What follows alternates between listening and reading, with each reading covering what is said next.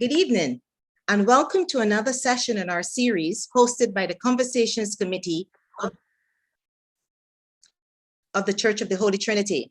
I am Lana Fingal, and I will be your moderator for tonight. Tonight, we will be discussing the topic Barbados as a Republic. But before we begin, let's share some housekeeping rules. All mics will be muted. We will allow the panel to do short presentations on the topic first, and then we will open the conversations to you. Should you have a question or would like to make a contribution, we ask that you use the raise the hand icon, or you may type your questions in the chat. Tonight, we will be utilizing Zoom, Facebook, and YouTube, and you should be aware that from time to time, they will have some journalists who may join the sessions, and so your comments may be quoted after the session. I will now invite Ms. Bonnie Blaze to lead us in a word of prayer. Good evening. Dear Heavenly Father, we thank you for the day that has passed and for allowing us to be in your presence this evening in the Trinity Chapel. We pray that your Holy Spirit will guide these proceedings and that the discussions will be interesting and enlightening. Give wisdom and understanding to the moderators as they field the questions. And to those who are listening, we pray that the discussion will open their minds and their hearts and provide them with greater knowledge of the subject matter at hand. Let us not allow differences of opinions to create discord, but rather to renew our minds. We pray for your blessings on the leaders of our country, especially our Prime Minister, Mia Amor, as they begin the journey to move our country, Barbados, to becoming a republic. May your Holy Spirit guide and direct them on the paths which will lead this country in the right direction, according to your will and purpose. We ask these things in Jesus' name. Amen. Amen. Thank you, Bonnie. Welcome. Now, Barbados as a republic. This topic is one which has attracted a lot of attention, particularly from September 2020, when it was announced in the throne speech that Barbados would become a republic by November 2021, just in time for our 55th birthday of independence.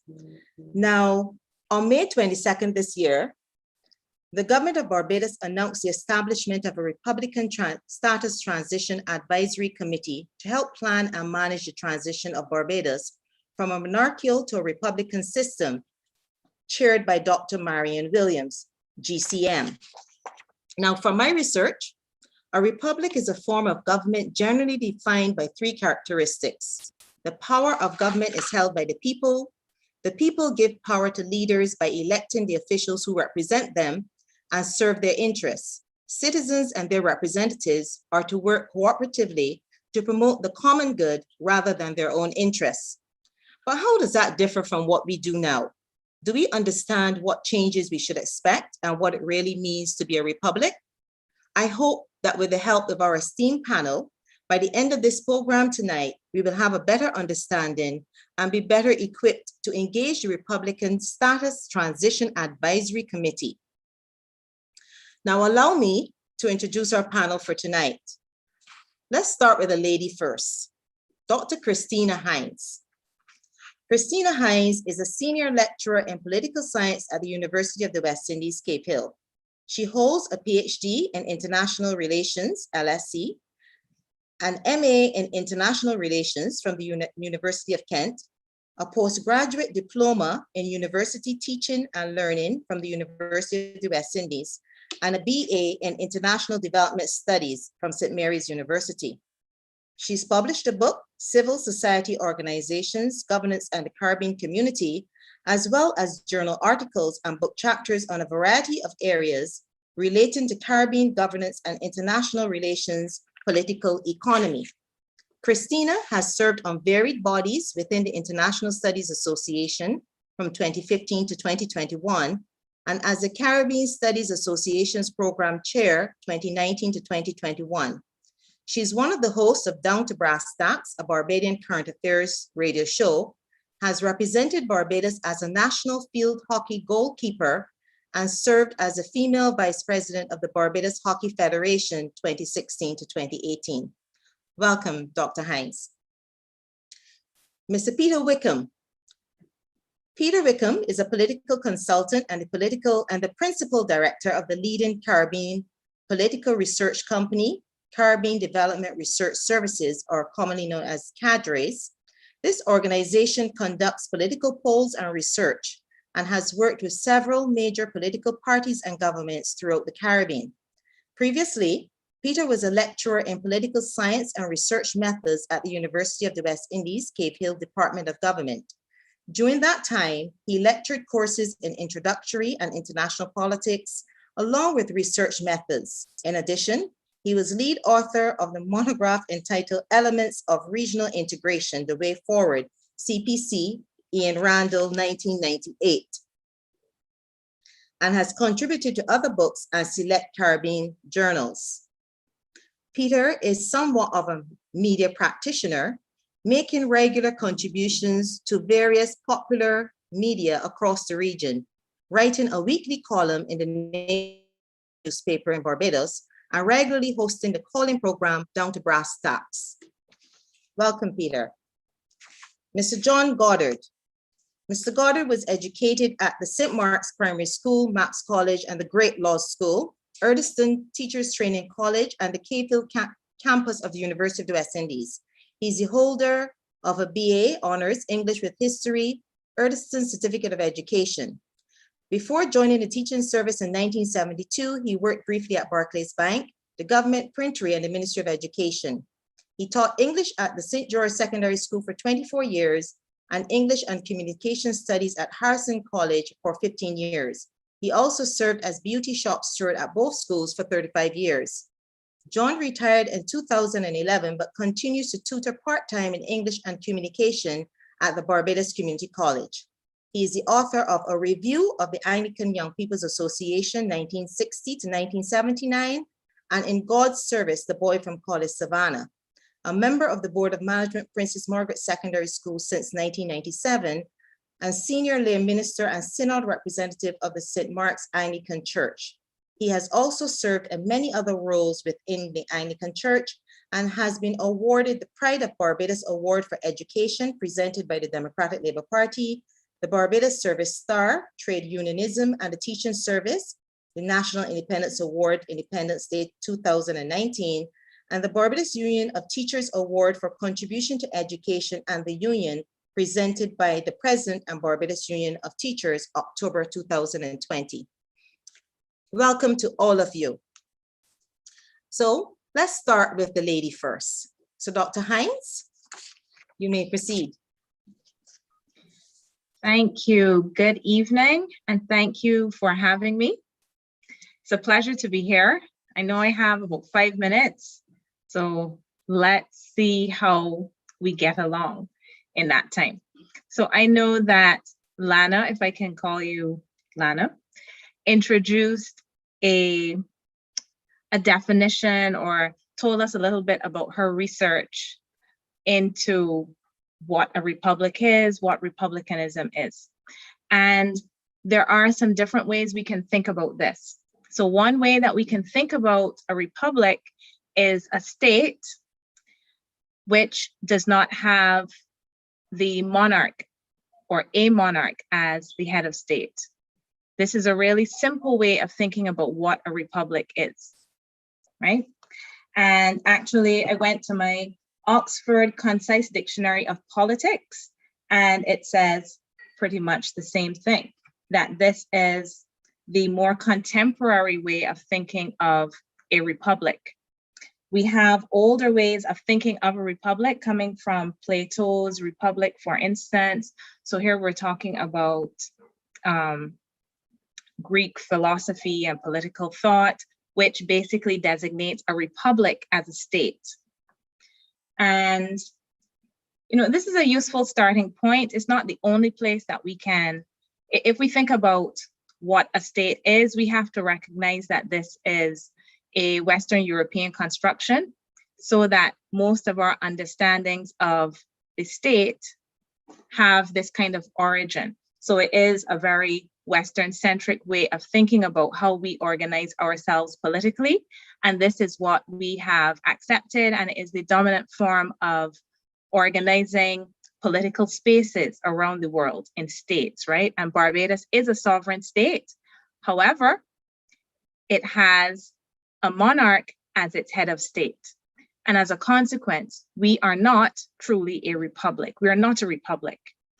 Now, in some ways, we can say that Barbados functions almost like a republic because the head of state, which is at this point in time, the Queen of England, represented by the Governor General, does not really intervene in our affairs. So for the most part, we pretty much operate as if we were already a republic, right?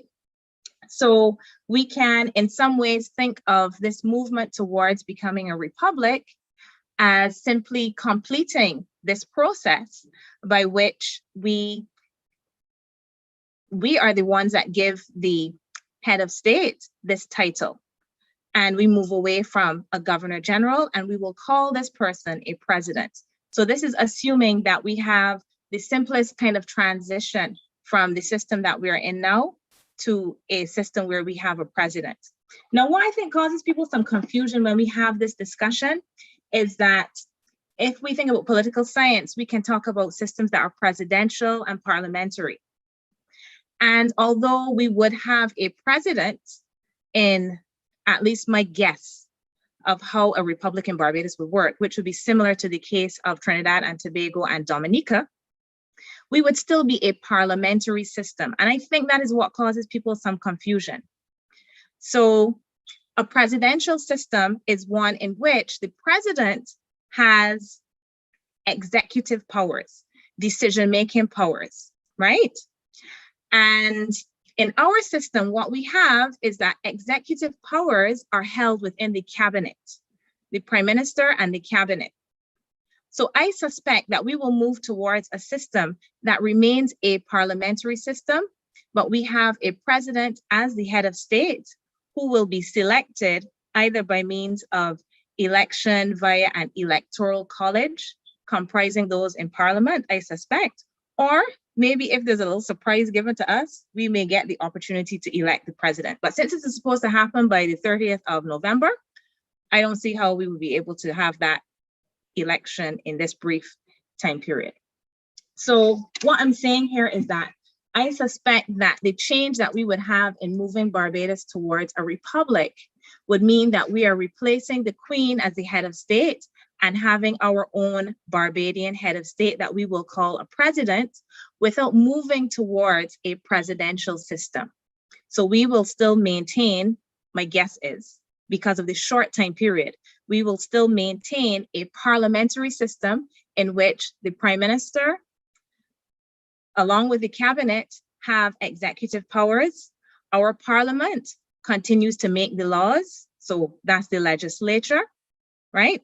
And we have a judiciary, and we will have this head of state that would have mostly ceremonial powers. Mostly ceremonial powers, I say, but the head of state has the ability to do things such as designate the person that will be the prime minister, the person that is the leader of the opposition. This is what the governor general does now anyway, right?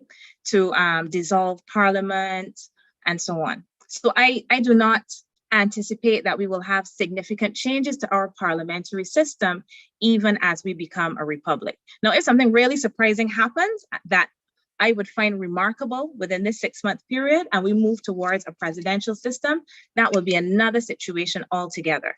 Because either in a presidential or a semi-presidential system, we would generally have the president being elected and having some executive powers. I don't want to get too technical in talking about the presidential system or the semi-presidential. I just wanted to put that out there because I've heard people say things like, you know, if we become a republic, we are going to slip into authoritarianism.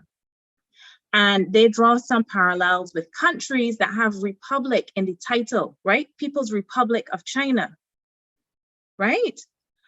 But when we say a republic, it doesn't mean that we will automatically change the type of system system of government that we have in the country. In our case, we are talking about the fact that we would be independent from a monarch. That is what I think we are talking about in Barbados. We are not necessarily moving to a presidential system, which may vest a lot of power in a singular person. We would still have this collective responsibility held in cabinet. And again, I'm saying this is a guess because we have not received the details as to how this will work in reality. So just because there are countries that have the word republic in the title, and then there are also countries that don't have the word republic in their name that are republics, right? Like the United States of America. So I don't think we have to be, or France, I don't think we have to be nervous about this change in terminology or having a president that is a Barbadian, especially if the change will not significantly alter our political system. And that is where I will stop because I think that's close to 5 minutes, right? You're still muted. Thank you, Christina. You're welcome. We will now move to Peter to give his view before, and then we will move to John after. Okay, thank you, Lana, for the invitation. And first, let me congratulate the members of Holy Trinity Church for putting this discussion together. When you asked me to participate, I was so happy to hear that you have a religious organization staging something like this, because I think that this is really where the rubber hits the road. And I think it's important for members such as yourself to have a worldview that allows your members to reach out and deal with issues like this. So I think it's great, and I want to congratulate you for the discussion tonight.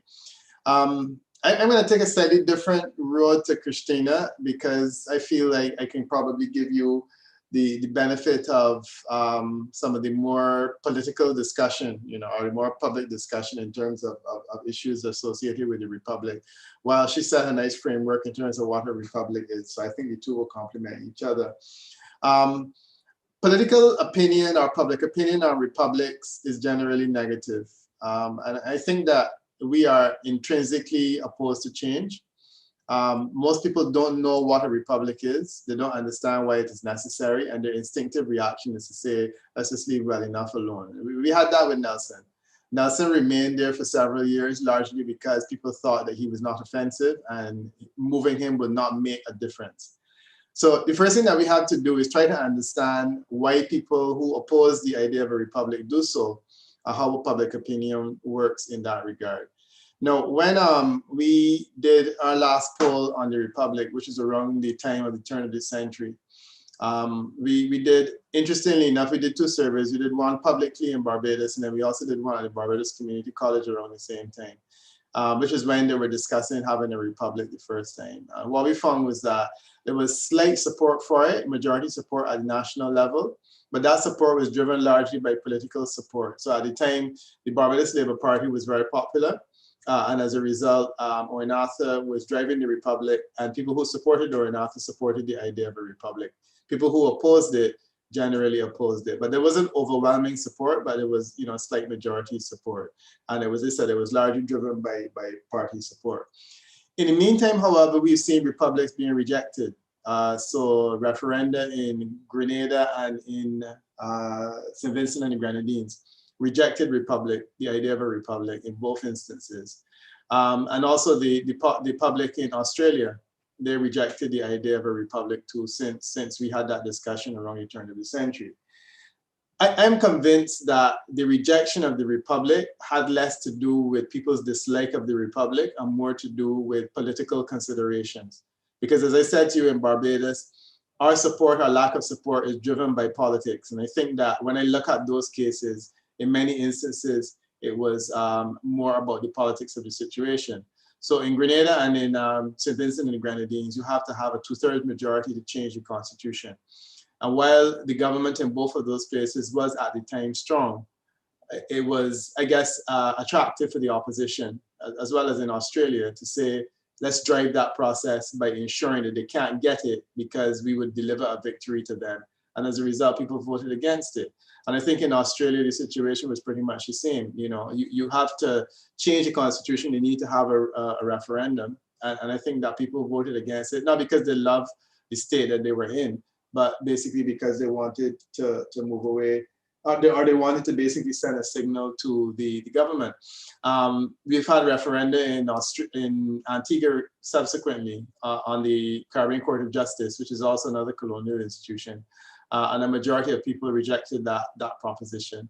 And the reason, again, was really very simple. People didn't really understand or know what it was. I mean, we don't have the Privy Council anymore in Barbados, but they kept it. They voted to keep it, even though it's an odd and peculiar decision for a person to make, to say, I prefer to have my high court being staffed by people who know nothing about me, who are not around and stuff like that.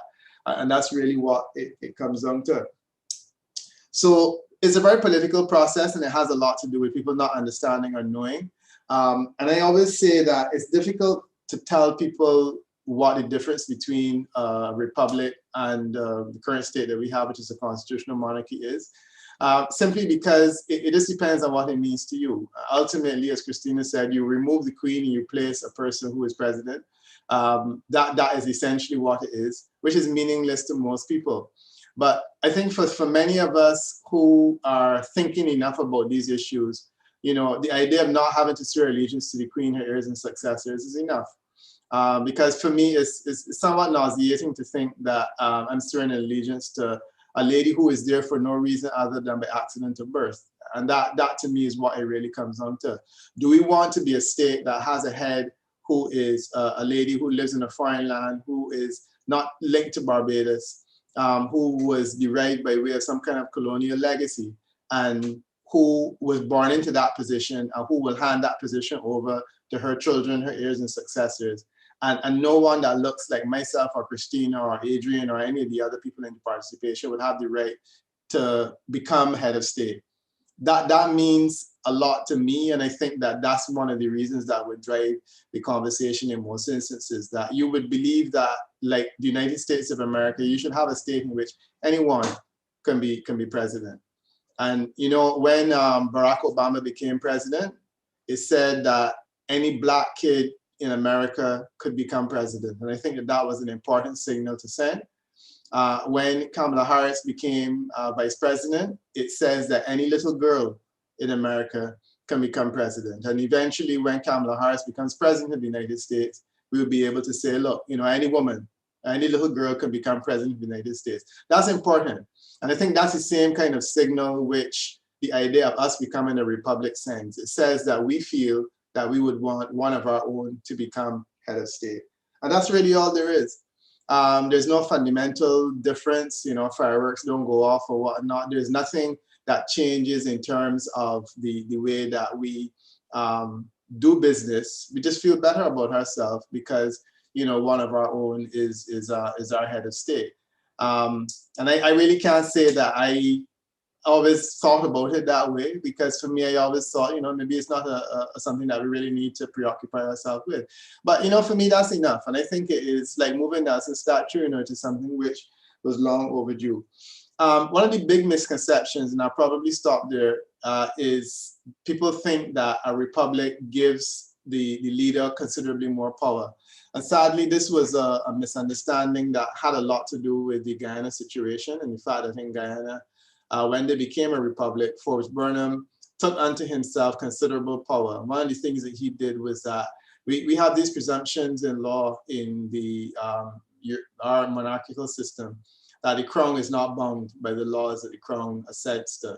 So, for example, the presumption is that the Governor General is not bound by the laws of Barbados.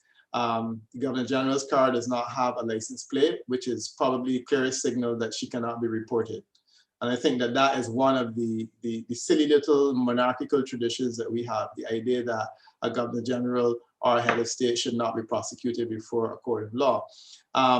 It's never been tested, certainly not in the Commonwealth, but I do feel that it is something which is open for challenge. And in the United Kingdom, you've seen situations in which the Queen's sister, her dogs attack someone, and she had to be taken before the court, and they were able to settle it. There may come a point in time where the Queen's son is being called upon now to give evidence in a court of law, and all of these violate this principle that the Queen should not be subject to the laws that she assents to. In the case of Guyana, what they did was they basically converted to a republic, and they conveyed a lot of these protections to an executive president who was elected. So he became powerful, quite powerful. And this was one of the concerns that people had regarding the whole idea of becoming a republic. No, we don't have to do that. And the irony of it is that we have republics in Dominica, republics in Trinidad and Tobago. Those are two Caribbean examples. And of course, Guyana. But the Prime Minister of Barbados will become less powerful where we become a republic for one simple reason. Right now, the Prime Minister can make Lana Fingal Governor General of Barbados tomorrow morning. She can dismiss Sandra Mason at midnight, and she can have Lana Fingal become Governor General by 1 in the morning. It's as simple as that. She just has to make a communication to Buckingham Palace. Once they receive that communication advising of who the new Governor General should be, they have to make that appointment.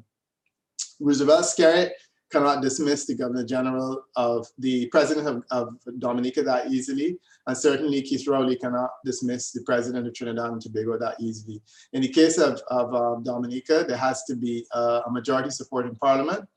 In the case of Trinidad and Tobago, there actually has to be support of the Electoral College, which is a 2/3.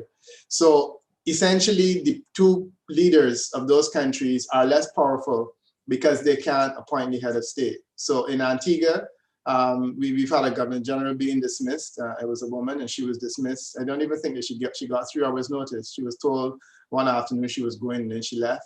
The Governor General was dismissed in St. Kitts and Nevis as well, fairly unceremoniously.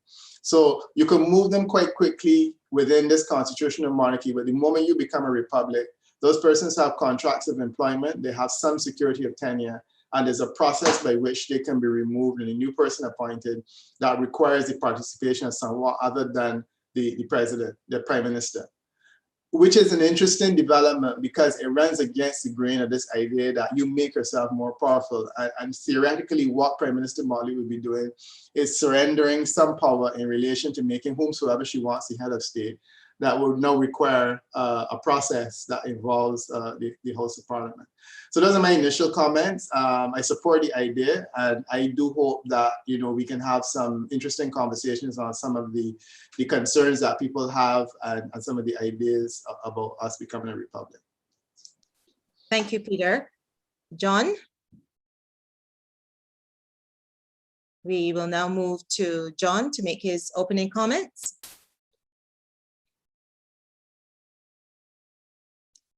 You're still muted, John. Is it all right now? Yes, it is. You can go ahead. Fine, fine. Good night, Ms. Moderator. Good night. Members of the audience, and of course, my fellow panelists, Mr. Peter Wickham and Dr. Christina Hines. It is interesting, Lana, that you've asked me to sit with two distinguished panelists, both of whom are well-schooled in political science, and I am just a layman.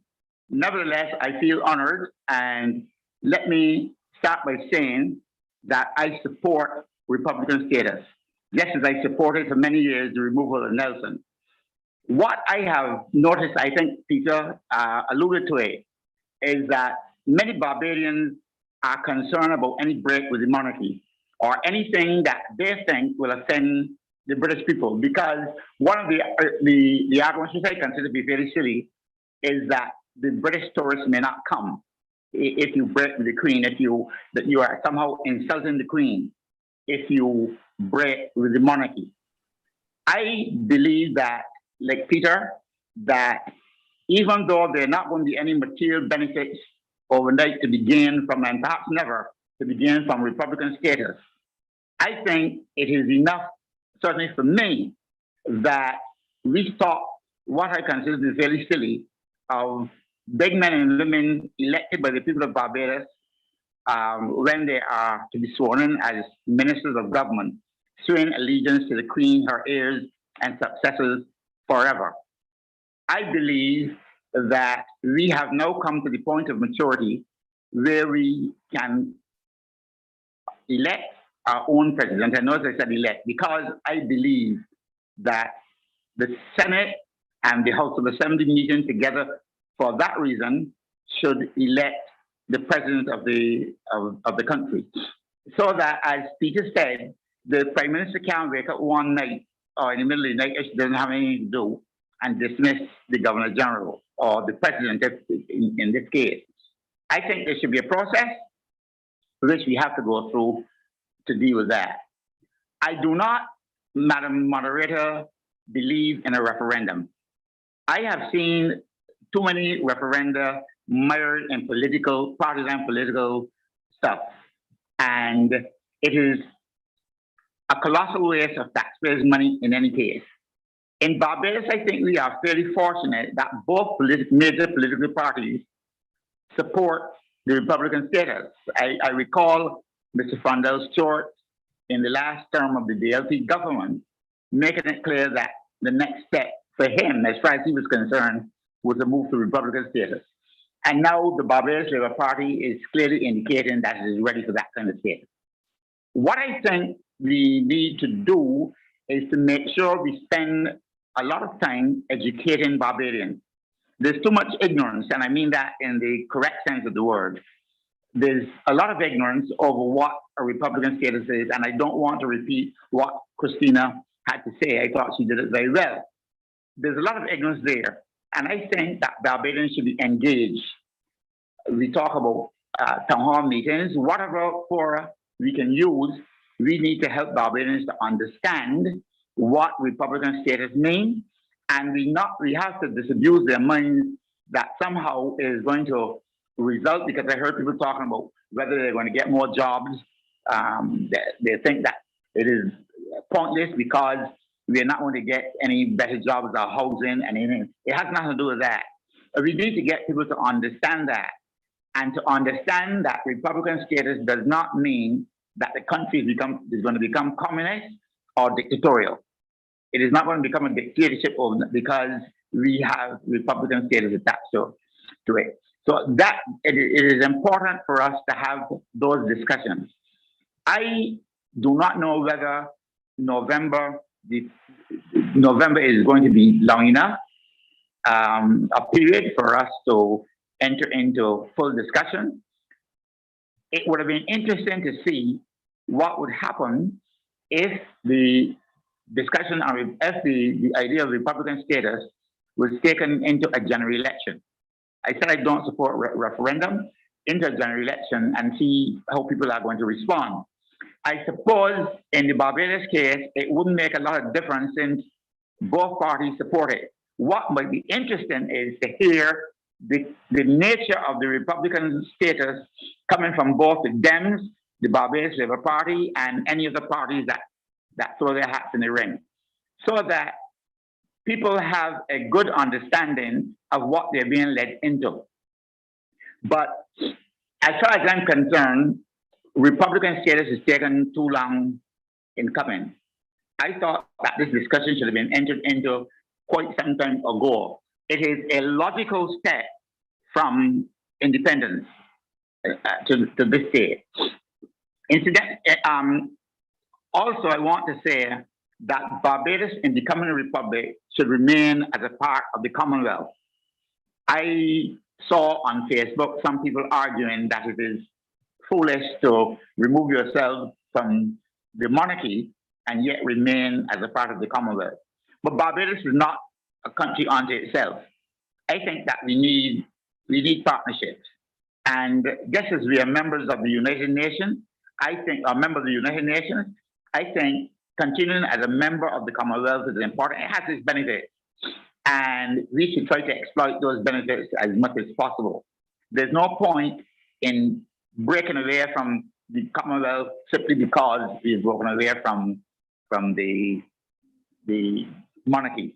As I indicated, I do not favor an executive presidency. I favor a ceremonial presidency, with the president having similar duties as those presently exercised by the Governor General. I do not though support the idea of the Prime Minister appointing the President after consultation, which means just telling him with the Leader of the Opposition. I think, as I said, the two houses of Parliament should meet for this particular purpose and elect a President. Madam Moderator, I think that I have said my first bit. Thank you very much.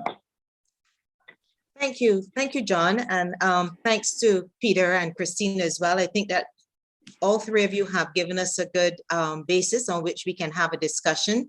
Interesting views from each of you, and I can see already we have one person with their hand raised, and that will be Elridge Dixon. So Elridge, you can go ahead.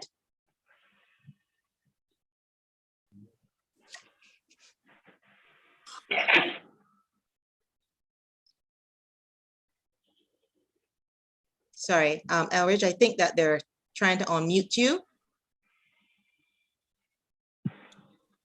Yes, can you hear me now? Yes, I can. Yes, we can hear you, Edward. I think the first thing we have to acknowledge is that there is a lot of emotionalism around this issue. But in truth and in fact, it would be best understood if we place it in a historical perspective. In the Caribbean, all of the states have gone through a level of political development that is interesting. And there was the Crown Colony, which Barbados was never. There was statehood, and then we went to independence. Now, I'd like to remind the panel that when independence was mooted, there was a section of Barbadians who met with the visiting late Duke of Edinburgh and opposed the idea. But republicanism is really, and in truth and in fact, the ultimate stage of political maturity.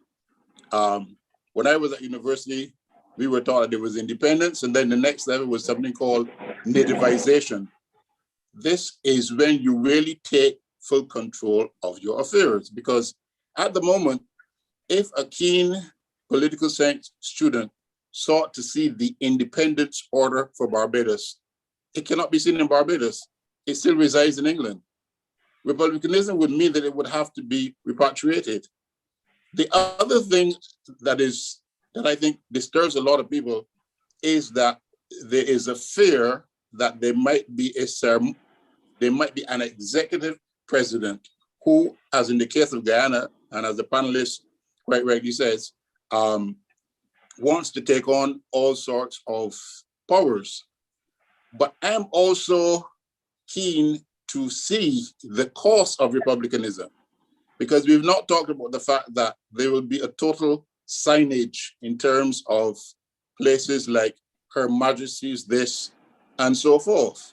Now, at a lower level, I believe that some opposition will be to minor things. For example, once we move to being a republic, there will be no more Queen's councils. There will be no more dames or knights. And so certain people, given the importance that they attach to such titles, might be disappointed. There will be senior councils, no longer Queen's councils. So that for me, republicanism is the ultimate stage of political maturity. It is long overdue. It is absolutely necessary, and it is something that Barbadians should embrace. Now, I also see that republicanism should result in a change of a parliamentary system insofar as we have a House of Assembly and a Senate. The Senate at the moment is nothing but a rubber stamp. I see that republicanism should result in a mixture of an upper house, which will be partially elected, selected, and nominated to reflect a more broad-based opinion of Barbadians' views.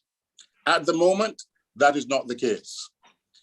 I, like the panel, favor a ceremonial president. That person is key because at the moment, and we heard about it, if we appoint a high commissioner to any one of the Commonwealth countries, it has to be approved by Buckingham Palace. Now, we didn't know that until recently. You also have the situation where some people, as I said earlier, might be slightly disadvantaged because in the pecking order, when they go to official functions in England, high commissioners sit ahead of ambassadors. And there are some persons, let us face it, in Barbados who are strong monarchists, and they take these things very seriously. So a meeting with the Queen is far more important. If you are a republic in the pecking order, you become like any other country. And I support John, yes, we should be part of the Commonwealth. So I see republicanism as necessary, and I also agree with John that we need to educate the Barbadian public about it. Thank you for that, Elridge. I thought that you raised some valid points there, and some interesting points, because as to your point, I guess some people are not even looking at the fact that simple things like will change, like the QC status, and that there may be an actual cost attached to this. But maybe I can hear some more from Peter or Christina on what Elridge had to say. Yeah, a couple of quick points in response, and I thought Elridge's intervention was very useful in setting the tone for a lot of this. The first thing I wanted to say is that, you know, it's extremely difficult to market intangibles, and when you're selling a republic, you're essentially selling an intangible. It means something to a lot of us, but for the vast majority of people who are there now, it means nothing to them. They could care less. And I think that that's one of the challenges. The challenge is that in politics, I've always found it extremely difficult to sell something to someone that is not a tangible, that they can't look at and touch and hold and so on. And that's one of the main challenges that we have. The question of one of the issues that emerged, and I think that I wanted to flag this in the conversation. Aaron Robinson was president of Trinidad and Tobago. He was also a prime minister. When he became president of Trinidad and Tobago, he started to give trouble. It was interesting. The president, the governor general of Antigua, she also started to give trouble. She decided that she was the representative of the Queen, and she started to behave like the Queen's representative in a true sense, even the way she was dressing. She was dismissed, as I had said earlier, and replaced fairly quickly without any trouble. In the case of Aaron Robinson, he was president of Trinidad and Tobago, and he was able to frustrate the Prime Minister, Basdio Pandey, for quite some time.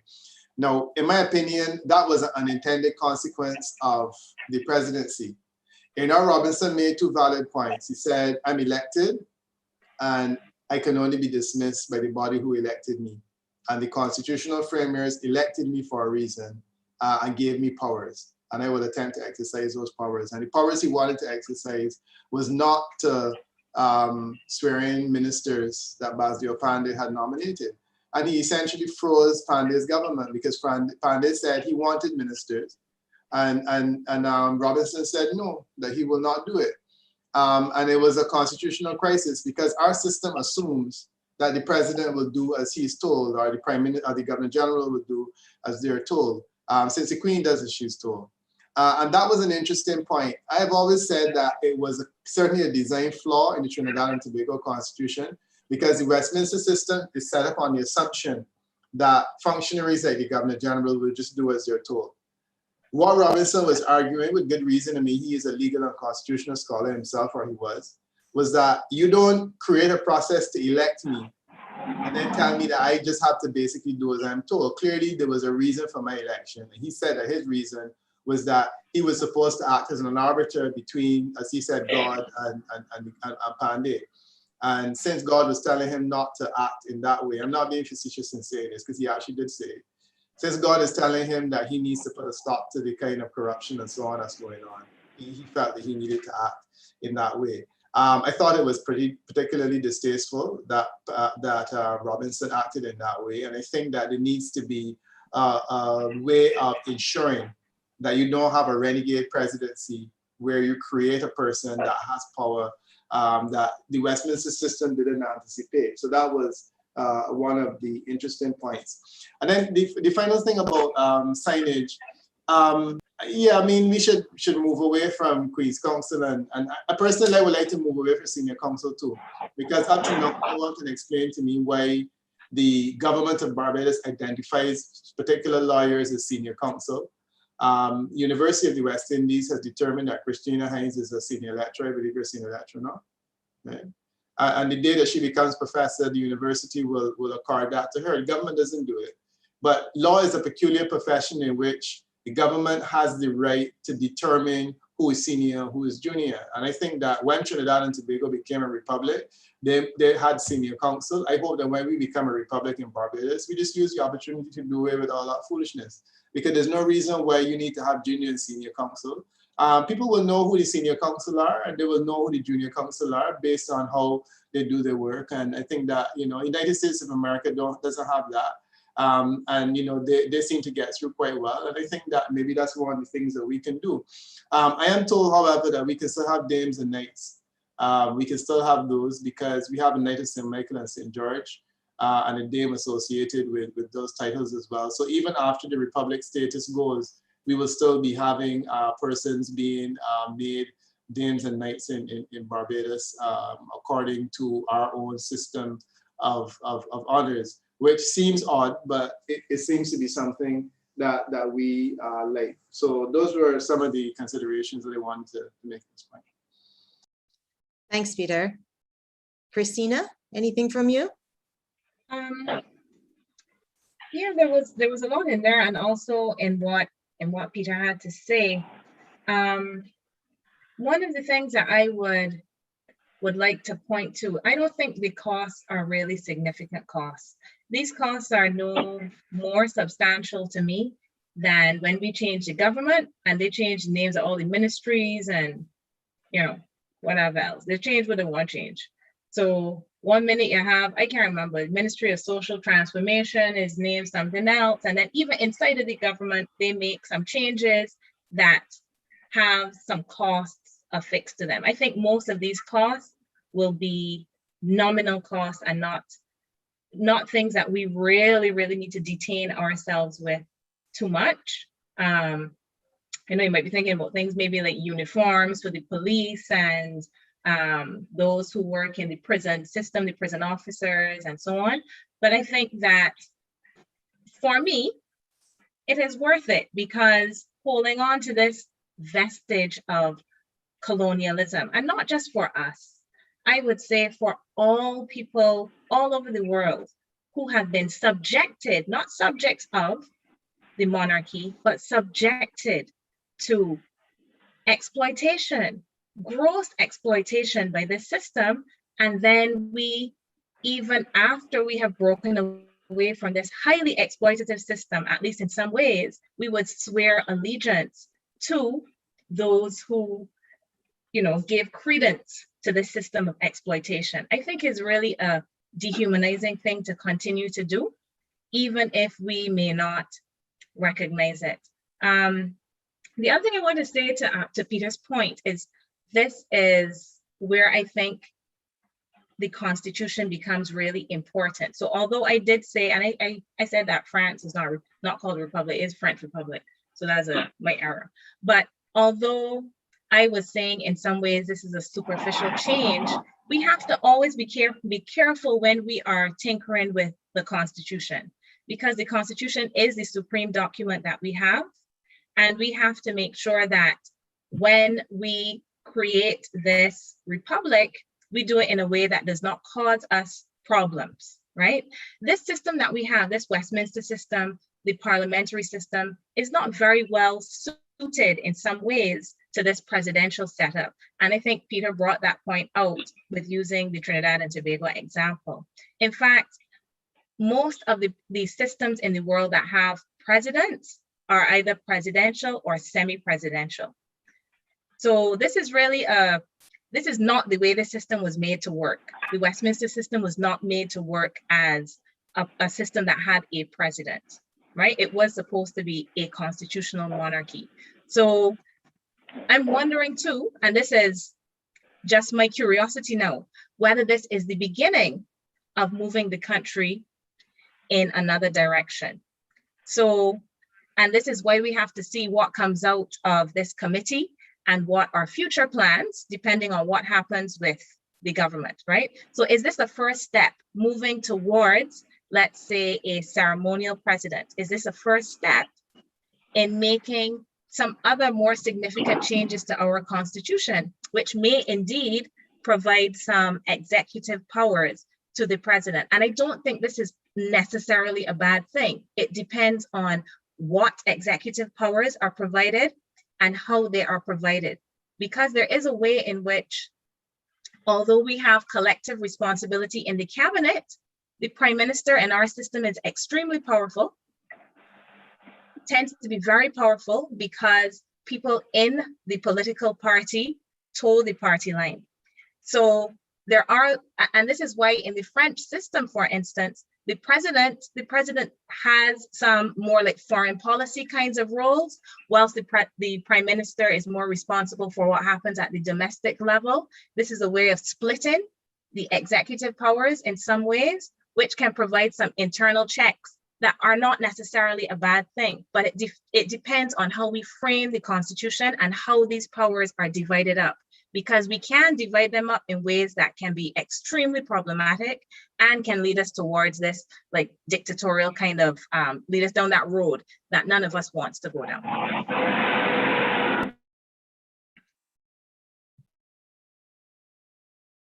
Thank you for that, Christina. We have one question raised in the chat, which Peter, I see, has agreed to answer, and it's from Adrian, where he is asking, I agree with the point that referenda is a waste of time. However, we seem to be moving with pace. Why so? Shouldn't we also have a parallel movement to strengthen our cultural and national identities to coincide with our change of status? Peter, will you take that one? Yeah, sure. I mean, I think, Adrian, you're making a valid point that I would love the opportunity to throw the wash pan at this whole Republican debate. Everything that we want to achieve, let's achieve it. No, the problem is that the more we bring on board, and Christina was kind of saying it earlier, that when you have a conversation that is as short as this, there's not a whole lot you can do. And I agree that it's not perfect, that we need to be bringing more things on board. But the more things we bring on board, the more time it's going to take. And I think that the idea of having a conversation about cultural and national identities, I mean, the whole idea of what our national identity is a big conversation. And sadly, it won't happen in a hurry. So while I like what you're saying, you know, I appreciate that time is of the essence. And then when we talk about time, you know, strategically, the Prime Minister doesn't really have a lot of time. She's in the third year of what is a 5-year term. In our system of government, and I'm speaking now more as a political strategist and less as a political scientist, that you tend to front load major changes where you want to get those out of the way early, because you want to do that and then give the opportunity to recover politically if you have to go to an election soon after. Frankly, she's late to bring this Republic conversation because it's already the third term. And in theory, she could call an election early in the fourth term, in the fourth year. So, well, she can call it any time, but you know, the feeling is that year 4 is probably a year. So I think that this is a conversation which has to happen quickly, because if she wants to get it done, she needs to do it quickly. And one of the things that I think Prime Minister Motley is anxious to do is to define herself as a leader. So we already had a leader that brought independence. She can now become the mother of the new Republic. And I believe that she wants to achieve that. And in order to achieve it, she needs to do it quickly, and time is running out. So the idea is, you know, bring something, put it on the table, the least offensive role, and then maybe in the next term, if she gets a second term, then she can start to look at defining and adding all kinds of things that you may want to this Republic. So that would be, yeah, that would be my response. Madam Moderator? Yes, go Madam ahead, Moderator? John. Go ahead, Yeah. John. Yeah, Elridge raised some issues that I want to respond to.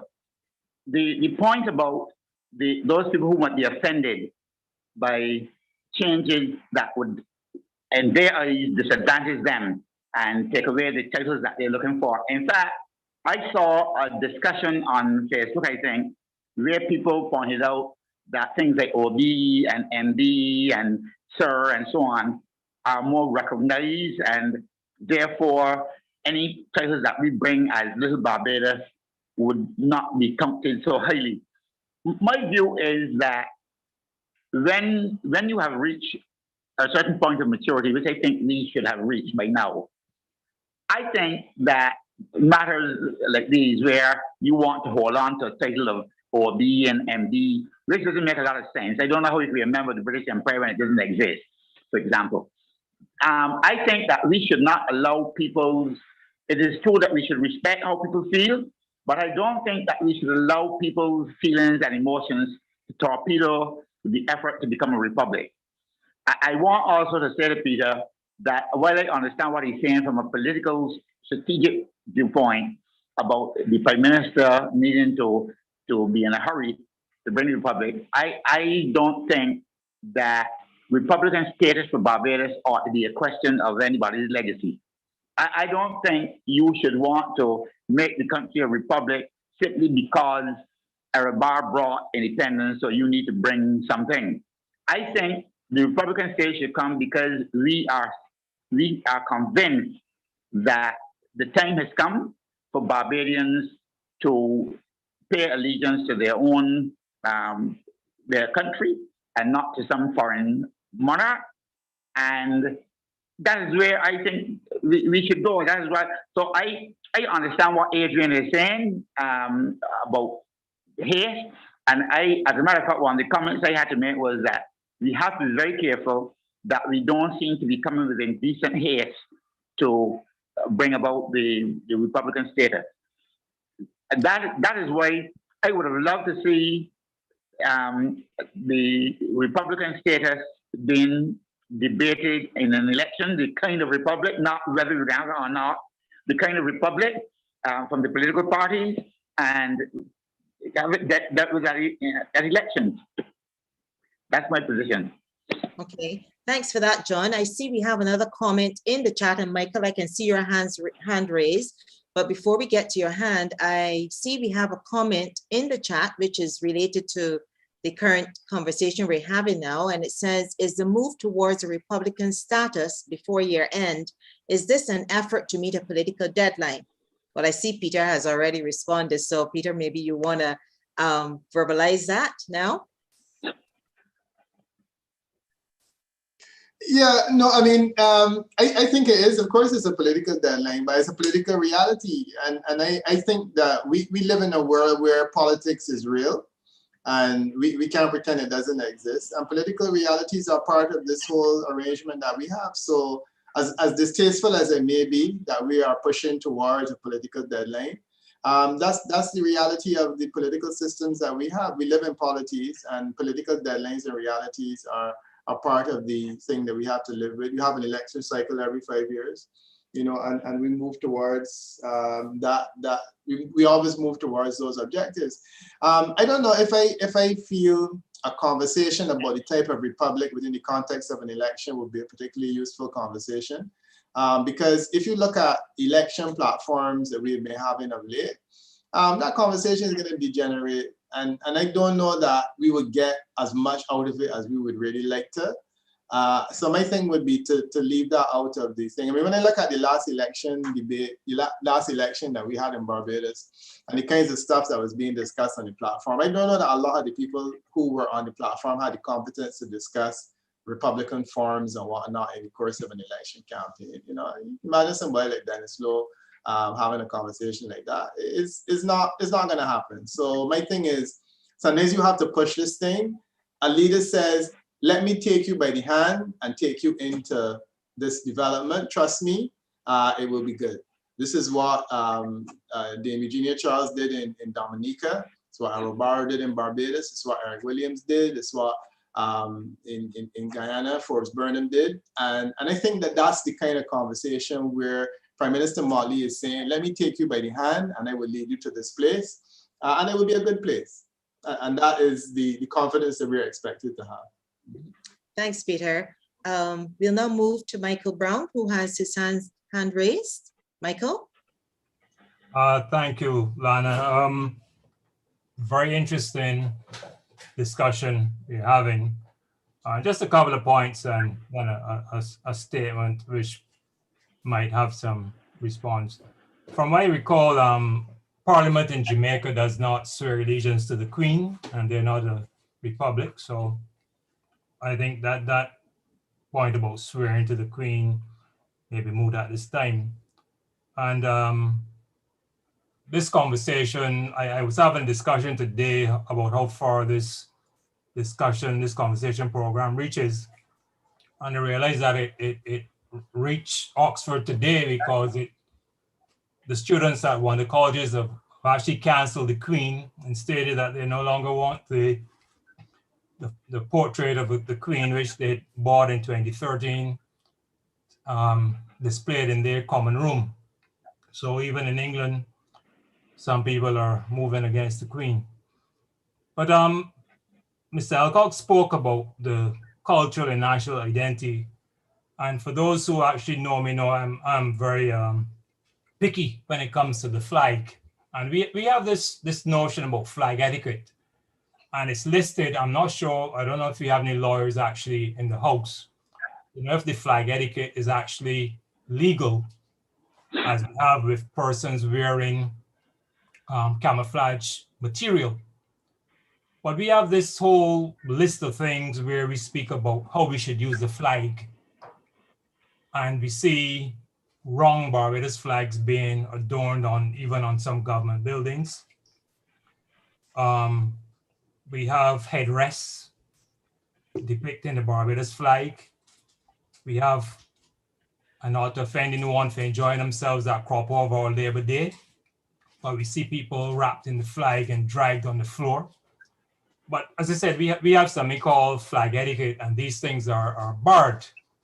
So I am hoping that when we have these town hall meetings, I will rise up and say that is one of the changes I want to see, that the flag etiquette gets the same status as wearing camouflage uniforms, that we can prosecute some people for debasing the flag. And one last thing, we have too many holidays. So I am hoping that Republic Day is the 30th of November and the same day as Independence Day. Thank you. Yeah, Lana. Lana. Go ahead, John. Yes. I was going to say, and along the lines that Michael mentioned, I hope that we are not going to move, for example, to change national anthem, the flag, so we can come with some brand new things for Republic and say that we've got these changes. I hope that the pledge, the flag, the national anthem, and the coat of arms remain. I heard Peter talk about the damehood and the knighthood being a part of our local honors. I don't know why we need to continue with a knighthood. Does not have any relevance to Barbados if we understand the history of the knight and so on. I don't know that we need to continue with that. We have a national honor, the top national honor which goes along with the knighthood right now. I think that we can go with that. I would hate to think that we're going to go into Republic and we're going to keep the knighthood and that type of thing. And certainly not the OBs and the MBs and all those things, right? You know what I mean? So the national honors might need a bit of tweaking, but please retain the national flag, the national anthem, the coat of arms, and the pledge. Nothing wrong with those. There's nothing colonial about those, in other words. Yes, John. Before we move to the question in the chat, we'll move to Elrich, who's had his hand up for quite some time.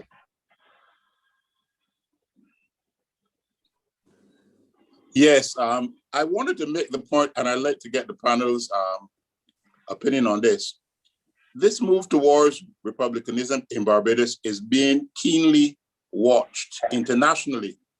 So much so that there appears to be a belief that Barbados, Little England, the bastion of Englishness and all that goes with it, should it become a republic, could create a domino effect in that other countries could follow. How do you see that? If it does, it might be a good thing, Elridge. If it creates a domino effect and other islands in the Caribbean, for example, recognize that it is time to stop the process of swaying allegiance to Queen and holding on the coattails of the British monarchy, I think that would be a good thing, to be quite frank with you.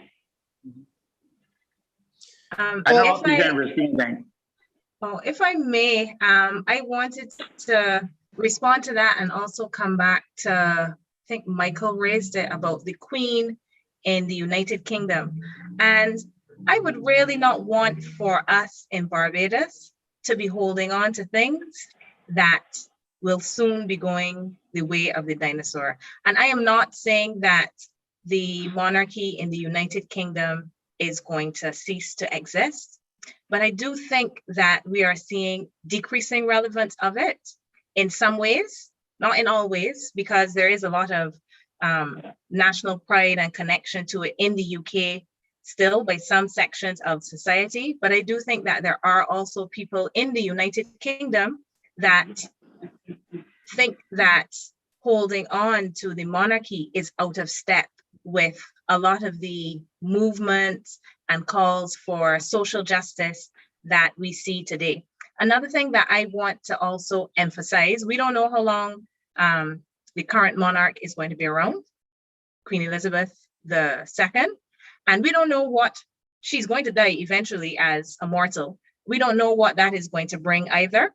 And I've heard some people speaking within the context of discussions about the Commonwealth say that they suspect that there are some states that are holding on, right? So as not to disrespect the Queen, but that perhaps after she passes over to the other side, it may not have much to do with Barbados. It may have to do with the fact that there are countries that want to move away from this, and they may take that as the opportunity. And the last thing I wanted to say on this same point is I just came from a conference, a Caribbean Studies Association conference, and there was a lot of discussion again about the significance of the Commonwealth and the value of the Commonwealth, and whether, again, the Commonwealth itself needs some revision and renovation so that the United Kingdom is not dominant or preeminent in this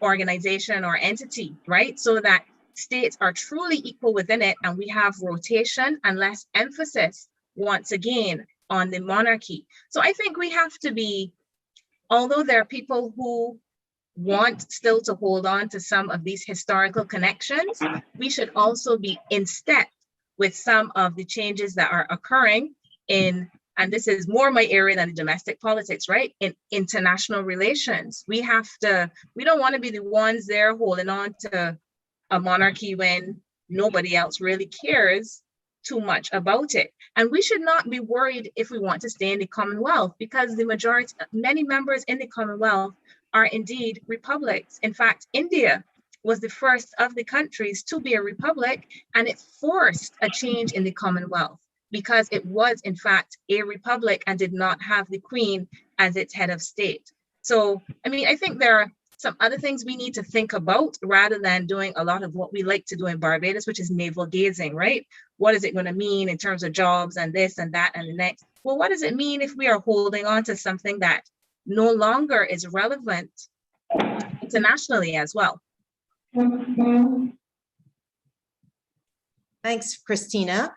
Adrian, I see your hand is raised, but before I come to you, I want to pose a question that was raised from the chat. And the Smiths is asking, the real domino effect we need is for all the other CARICOM members to join the CCJ as their final court in all jurisdictions. This is perhaps equally as important as becoming a republic, or even more important.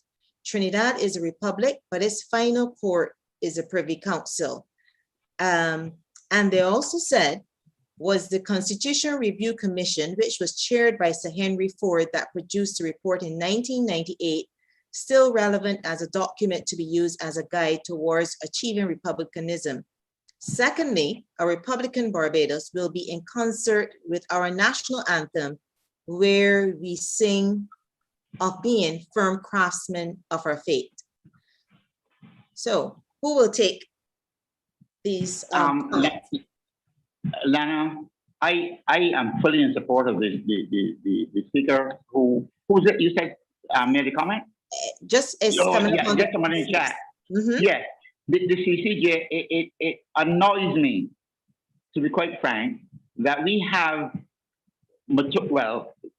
countries of the Caribbean in CARICOM who still think that they should go on and to the United Kingdom to be Privy Council to have they don't have any confidence in their own judges, and I am worried about that. If we are going to behave as true independent countries, even as republics, then we've got to have some confidence in our own people.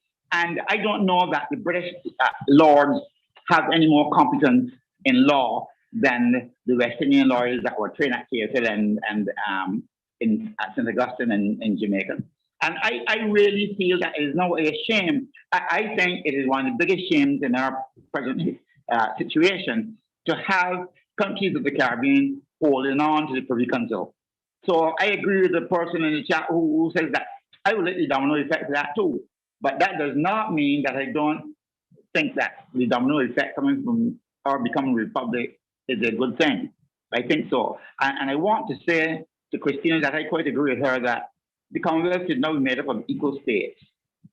This thing with Britain as the major state in the Commonwealth is that bugs me too. Right. Thanks, John. Peter, any comments from you? Well, gosh, there's so much that I want to sink my teeth into. Let's start with the whole question of the UK. I agree with Christina. The United Kingdom will become a republic, and probably sooner rather than later. Because I think in the United Kingdom, there's also this prevailing belief that this monarchy thing does not make sense. It's not practical, it's not modern, it's quite silly and it's anachronistic, and it's not something that average young person in England can wrap their mind around. And I think that for one reason or another, they will become a republic, and then it will essentially make this whole thing rather moot. This domino effect point, I think that we ascribe a little bit too much importance to ourselves as Barbadians sometimes. And let's be clear, the only reason that there are not more republics in the Commonwealth today is simply because for most of the countries that are remaining, they can't become a republic without a referendum. So Australia, Antigua, Barbuda, St. Vincent and the Grenadines, St. Lucia, all of those countries require a 2/3 majority of the public, and they cannot get it for political reasons, purely political reasons. So you can rest assured, Ralph Gonzalez would love nothing better to be Prime Minister of the Republic of St. Vincent and the Grenadines. So he does not have to swear allegiance to the Queen, her heirs and successors. But the fact is that he can't, and he tried and he failed. We had failed referenda that would have made republics in Grenada, in St. Vincent and the Grenadines. Antigua never went for that, but they went for the CCJ, and that failed as well. Which brings us to the question of the CCJ. More countries cannot be part of the CCJ for the same reason, because to become part of the CCJ, you need a successful political process that can change the constitution. You can't get it unless you have a support of 2/3. And basically, you're not going to get support of 2/3 because the opposition will campaign against you at each and every time. Keith Mitchell has won all the seats in Parliament 3 times, which gives him as much power as a Prime Minister can have. The one thing Keith Mitchell has been denied by the opposition is the change in the constitution to become a republic or to go for the CCJ. And the opposition has opposed it each and every time because they could, because they had no good fundamental reasons why they should, but they oppose it because they're good, because they have to say to Keith Mitchell, you think that you're big and bad, you could beat us in the elections, but we're gonna prove to you that we could beat you. And that's what happened in St. Vincent as well. That's what happened in Australia. And I think that the reality is that, you know, this domino effect is not going to happen simply because Barbados has done it, because Barbados can change the constitution overnight. Prime Minister Molly changed the constitution of Barbados the first day in Parliament. Just in the afternoon, you just go in, you make the changes, everybody vote, and you go on about your business. But for some strange reason, in countries like Antigua and Jamaica and whatnot, you need to have this measure being passed, and it's simply not going to happen. So that is this thing. the Commonwealth issue and the fact that people are talking about the Commonwealth, let's be clear. The Commonwealth is essentially a conduit that is unilateral of assistance from the United Kingdom. These days, India and Australia jump in there as well and give some money, but essentially they give us stuff. We could leave the Commonwealth tomorrow, but the reason we're not going to leave the Commonwealth tomorrow is because we get stuff by being part of the Commonwealth. We get assistance, we get aid, we get advice, we get to send people to live and to work in the United Kingdom. There are salaries that are largely provided by the British government to work at the Commonwealth Secretariat. The building is an amazing building to work in. I mean, you get to look over and see the Queen. You know, it's right next to Buckingham.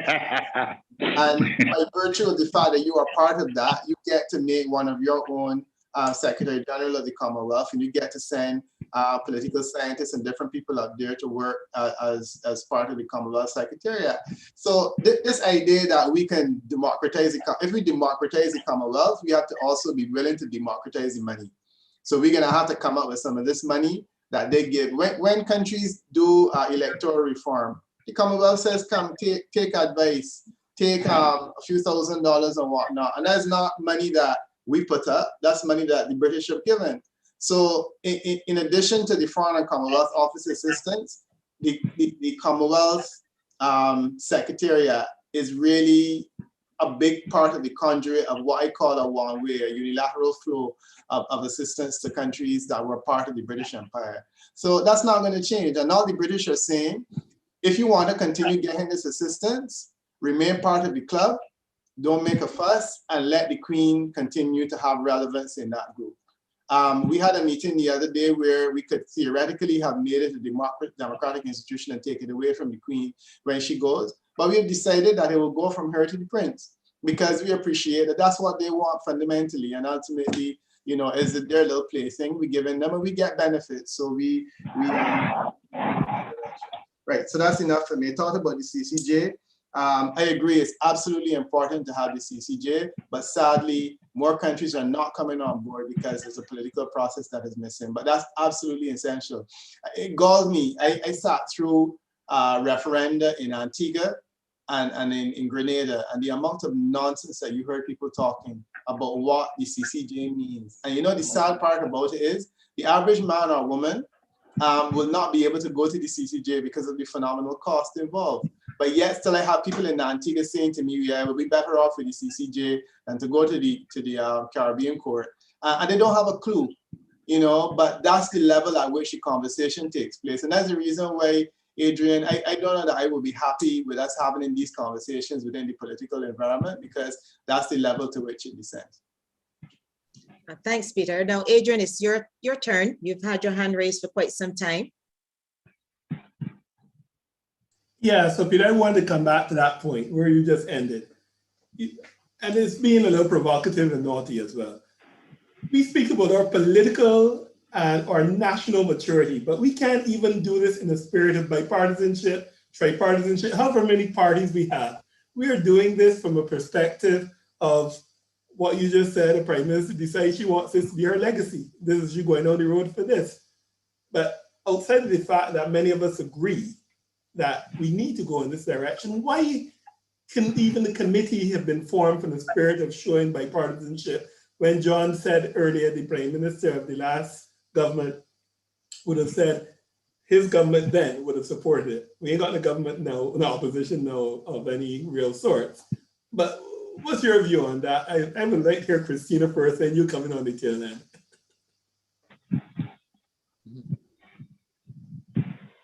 I think similar to what Peter said earlier, that's just not how politics generally works.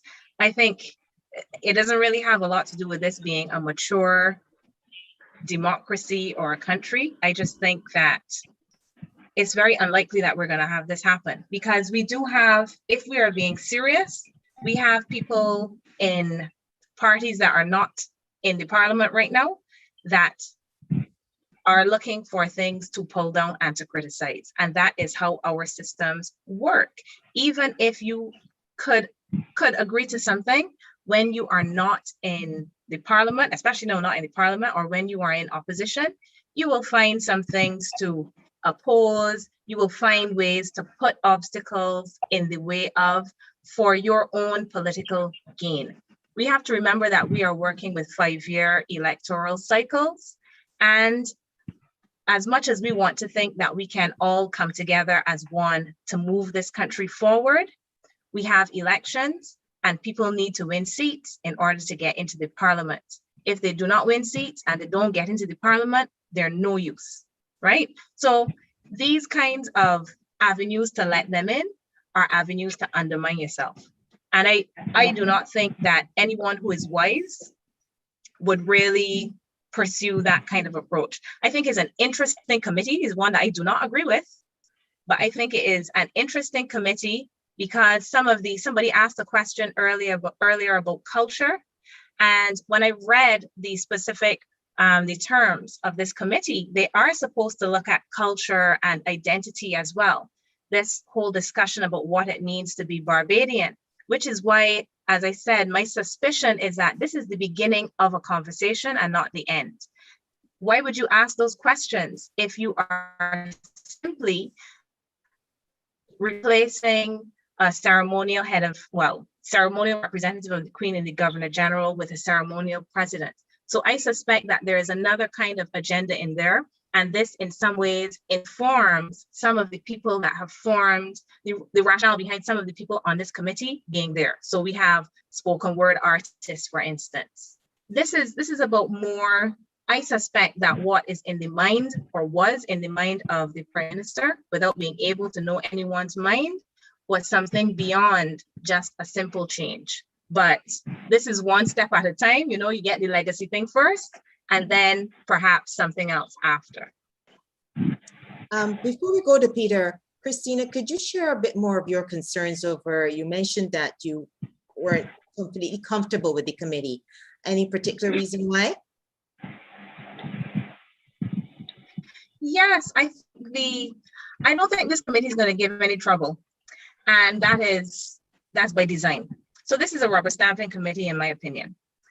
And I think that if other people, and I'm not even talking about from a different political party, I think if other people who had some critical questions to ask from the perspective of being constitutional experts, political scientists, I don't mean me, but we have people who we have trained who have gone to University of the West Indies and they are political scientists. There are young people as well who are these sociologists. I think the composition of this committee is about getting this thing done by November 30th, rather than raising probing questions about why we are doing this, how we are doing this, should we be doing it in the way prescribed or that the government wants. So I think the committee has the ability to do some things in its consultations and liaising with different people in society. It can do some things, but I think the expectation of a committee constituted in this way is that it is one that will not give too much trouble to the government. We don't want a referendum because we don't want to get into any trouble with not getting this republic, and we're not putting together a committee that is going to give the government too much trouble. They can go and ask the questions that need to be asked about culture and all kind of thing, right? And then we will have the republic by the 30th of November. And that's the end of the story for now. Thank you for that, Christina. So Peter, I'm going to turn it over to you because Adrian asked for a comment from you as well. And then I want to take us back to a question from Anna Weeks that was raised in the chat. So over to you, Peter. Yeah, I just want to tell you all a little story. And I know this is a church group, so you are familiar with storytelling as a tool, essentially, of communication. Because in my Sunday school days, it was used very effectively to communicate to me. And yes, I did have Sunday school days. Years ago, there was something called a tea room brawl, in which the person who is now Prime Minister of Trinidad and Tobago, Keith Rowley, was alleged to have thrown a teacup and a saucer and cussed bad words in reference to someone else because he was called a racist by Basio Pandey. The speaker set up a committee to look into this issue, and there was a girl called Gillian Lucky, who is now Justice Lucky, she's not a judge, who was identified by the UNC as a representative on this committee to get to the bottom of it. The conclusion of the committee was that there was nothing averse that happened, that the teacup, nor the saucer, nor the bad words were not cussed, and the teacup and the saucer weren't thrown. Like Keith Rowley did not do these things. And Gillian Lucky said, based on the evidence, she agreed.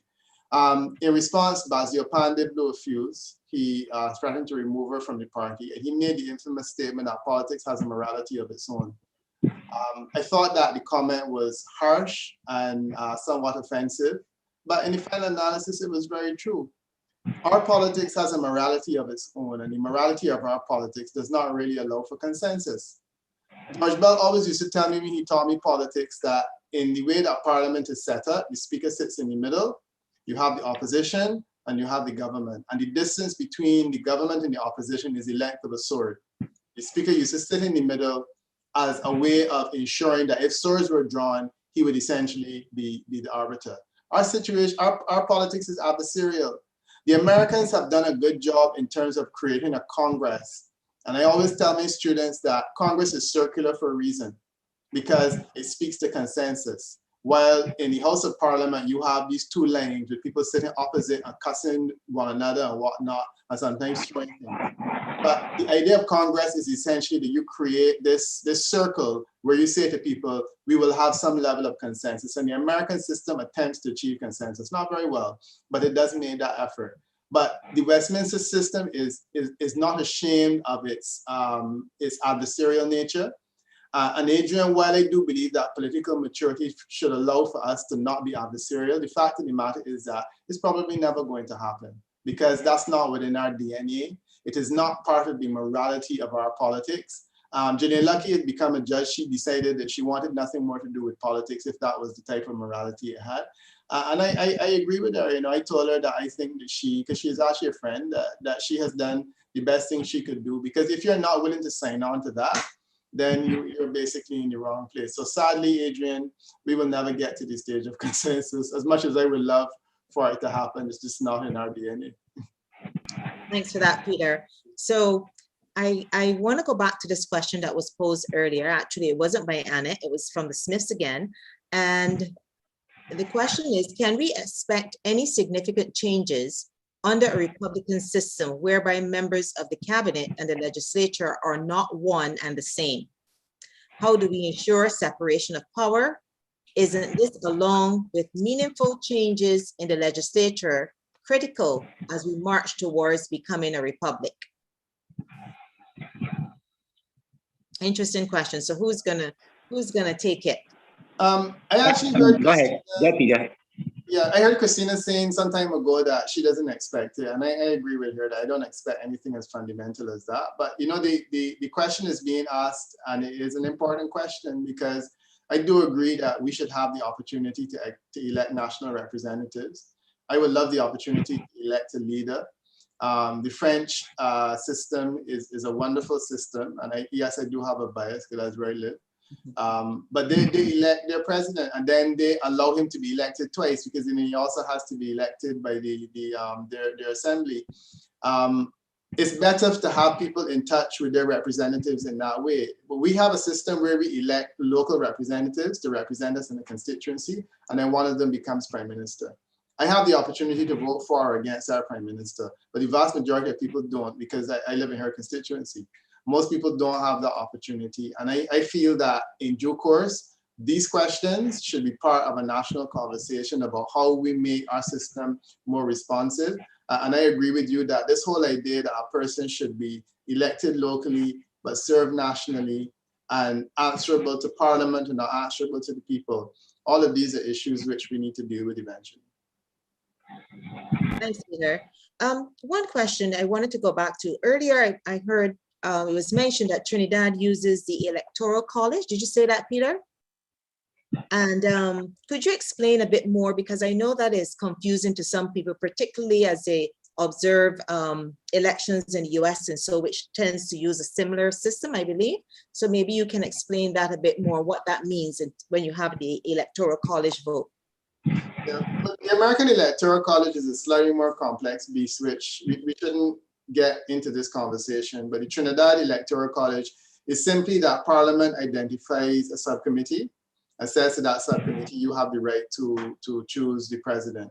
The way that that subcommittee is framed, however, it requires participation of not only government, opposition, and also independents. And they have it set up in that way as to form the Electoral College. So it's essentially just a committee of parliament, but it's a committee of parliament that has a presence, a permanent presence within the Constitution. And essentially, it basically means that parliament will sit as that group and make decisions on that basis. And it often means that unless you have a parliament with a 2/3 majority, you will not have the power to make those kinds of decisions. So it forces consensus in that type of way, that it has to be a person that you can agree to if you have a large, you have a very, very weak government. That was Eric Williams' solution to the problem. So essentially, the best way to put it is that it's a subcommittee or a parliament that essentially meets to determine who the next president should be. The president in the United States is also chosen by an electoral college, but the selection of that electoral college is, one could say, slightly more democratic in the sense that people vote for electors, which essentially choose the president, while in our case, we vote for MPs, and then those MPs sit as electors and choose the president. Dominica has a slightly different situation. Dominica just says that the president has to have the support of a majority of parliament, which is easier to achieve because you can have a small majority and then you could have, personally, I like the Dominican thing because it's closer to what we have now. And once parliament is properly constituted, then while in the Trinidad and Tobago case, if parliament is constituted in a way that's too weak, it does not have that power to choose and to regulate the presidency. And I think the president has power to choose to essentially swear in ministers. Once you're giving the president that power, it has to be something which the prime minister can control to some extent, even if he has a majority of one, like what Fernando Stewart had in 2013. Okay, we have one other question here. And it's from Elridge. Elridge, I don't know if you want to follow up, but it asks, what role will local government play in republicanism? If I could start on this one, because, and kind of piggyback on what Peter was saying, in part of what Peter had to say. And this is that the way our system is set up, and especially with this current large cabinet that we have, this is why we may feel that there is a need for local government. What we actually elect members of parliament who are supposed to be representatives for our constituencies. What ends up happening, what often ends up happening in our system is that we may not get representation because the same MPs are brought into the cabinet. So instead of their principal preoccupation being an emphasis on representing the constituency, they are worried, they are concerned now with tourism. Well, not in this case, tourism, because we have a senator, but let's say the blue maritime and blue economy, or, you know, one of the portfolio that they have. This is a very small place. I do not see the need for us to have local government in a place that would not even be a proper town in some parts of the world. I don't know why we need so many layers of government. I think that we need the MPs to actually do their principal job, which is indeed local government. It is local government. We have 30 constituencies in 166 square miles. This is local government. But because we have this fusion between the legislature and the executive, people do not always get what they need from their member of parliament. So I say all of that in order to get to this point, which is that republicanism will not necessarily affect this unless we have some, I mean, if it is just a shift from a ceremonial governor general to a ceremonial president. It will only potentially affect this if we have some redistribution of powers between the executive and the legislature. And if we don't have that, I don't think we're going to see any significant changes in our system.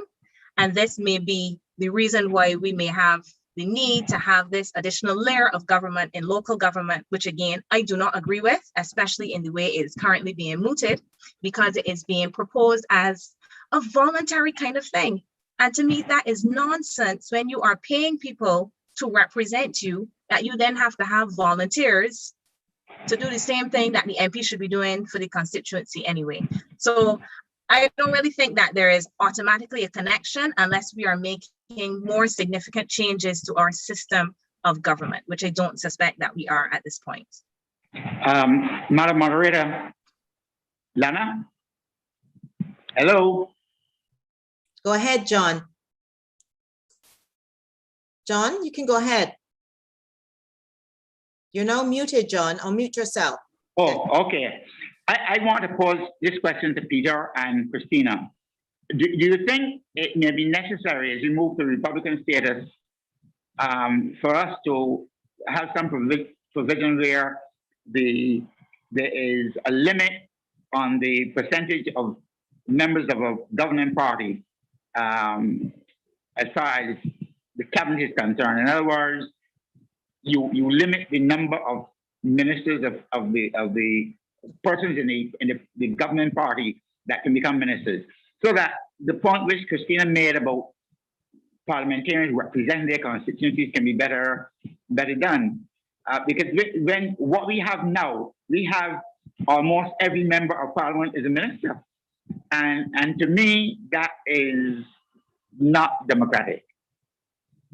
So I'm wondering if it is possible, coming from Peter and Christina, who are political scientists, for a limit to be placed on the number, the percentage, perhaps is best to say, of those elected to form the government to become cabinet ministers.